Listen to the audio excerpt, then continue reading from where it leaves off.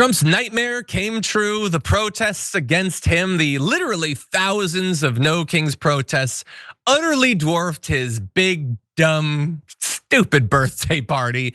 And we'll get to the birthday party more. I want to focus first on the positive, which is that these protests were huge. And according to one data scientist, there is a case to be made they might have been the largest coordinated set of protests in American history. We'll talk a little bit about that.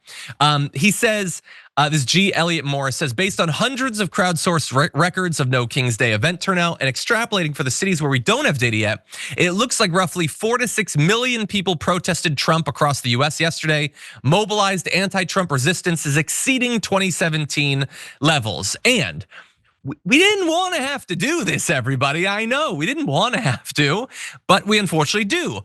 And it is good to see that people are not sleeping through this. They see what ICE is doing. They see what's happening at the National Guard. They see all, and that's what we need. I was very worried. I know a lot of people were worried that it wasn't gonna happen. That like, sure, we wore our pink hats or whatever in 2017, but now we're very tired, and we are, but we're still going out in the streets. And so, and by the way, is it the biggest protest? I don't know. It's millions of people. It's on the level of like, there were some big days of anti-Iraq war protests, a couple decades ago, but it's comparable to that at the very least. And you can see this right here. By the way, this comparison that the Daily Beast did, that 250,000 is what the Trump administration says showed up at their thing.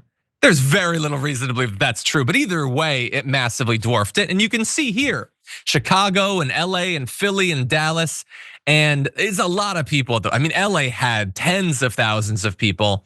So I took part at the Culver City one. There were many across LA, and it was at least a couple thousand people just in downtown Culver City. And so extrapolated across America, it's just a lot of people, and there was a lot of rage, but there was also a lot of fun.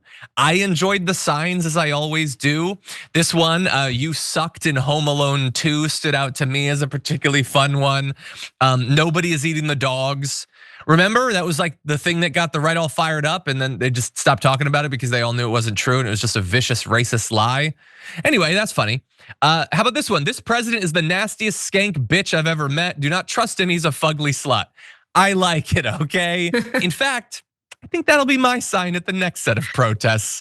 And there's a lot more referencing Pete Hegseth and everything. It's giving micro mustache energy, and oh Lord, he's treading. I like all those. What I did notice is, at least at the Culver City one, there wasn't much Elon, which I was very surprised at. Is Elon's thing of like, I'm not in the government anymore, is that working? I'm not sure, but anyway, wildly successful protests, as we've said already on the show, basically entirely peaceful. And so very good news. It's exactly what we need. I'd love to have it be a regular thing. What do you think, Yas? Yeah, this was great. I think also my favorite sign was the one where he sucked in Home Alone 2, because I actually like Home Alone 2 better than the first one. I don't know if that's a popular opinion, but I like New York and I like Tim Curry, and I don't think I should have to explain it any further than that, But of course, you do have to deal with Trump just like being there. Like, I wish he would just get out of here and just go away.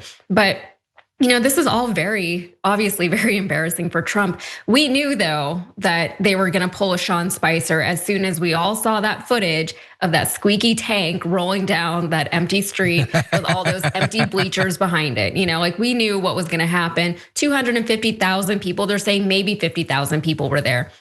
And now we're also hearing reports that there were people there with signs and t-shirts emphasizing that they were there to support the army and not Donald Trump. There are also reports that people tried to leave the parade early, but they weren't allowed to, or they were given some pushback because Trump wanted more people there for when he actually addressed the crowd. And also JD Vance opened for him, which is like, you're not doing a whole lot to rile up the crowd. But I will say here in Texas, I know that picture of Dallas is going viral, but the numbers we're hearing out here in Texas, 10,000 in Dallas, but 15,000 in Houston at the downtown location, 20,000 in Austin. And in the Houston area, at least I can speak for, there were several other smaller protests that were happening out in the burbs. So even if you couldn't make it to the downtown protest, there was a lot going on out in the burbs. And typically, especially Texas suburbs, they tend to be much more red. There was one not far from where I live And where I live, at least like it seems pretty red out here. But this was, I mean, the numbers were not that impressive. But for a town that's this small and for this geographic area and for the fact that it is typically very Republican, it was one of the biggest protests that the area has seen in years, in recent history, they said. So it is very encouraging, especially for me living out here, knowing that there are other like-minded people around me, because sometimes it can feel very isolating. But if anything, this is like the biggest protest we've ever seen, and such a wide scale on Trump's birthday, on the day of his big parade where nobody was there. The juxtaposition of the two events like could not be more stark. And what we're doing is showing not just the rest of the world that we do not stand with this man. We don't know how he got into office in the first place, but now that he's here, we don't support the things that he's doing. We're also showing other Americans that there are other people who feel the way that they might be feeling, because millions of people showed out to protest. There were millions of other people who did not show up to protest for one reason or another. And I'm not judging them, but I'm saying there are so many more people out there who were not at the protests, right? A lot of people who were at the protests said that there were so many people driving by, honking their horns in support. They couldn't be there protesting for whatever reason. Some people can't walk. Some people are elderly, whatever. Some people are just worried about general safety, which is, I'm not faulting them for that. But there's a lot more support than what we saw out in the streets. And what is all the more impressive about this is the fact that the United States is so geographically spread out, right? We can't have like a Bastille Day. Like we're not gonna storm the Bastille because we're also spread out. That's not gonna be a national moment for us, similar to what we see in other countries, just because of the sprawl of this place, right? We're not all concentrated in city centers. We're all over the countryside. So the fact that all these people did show up in large numbers is it's unreal. Like I can't believe it happened.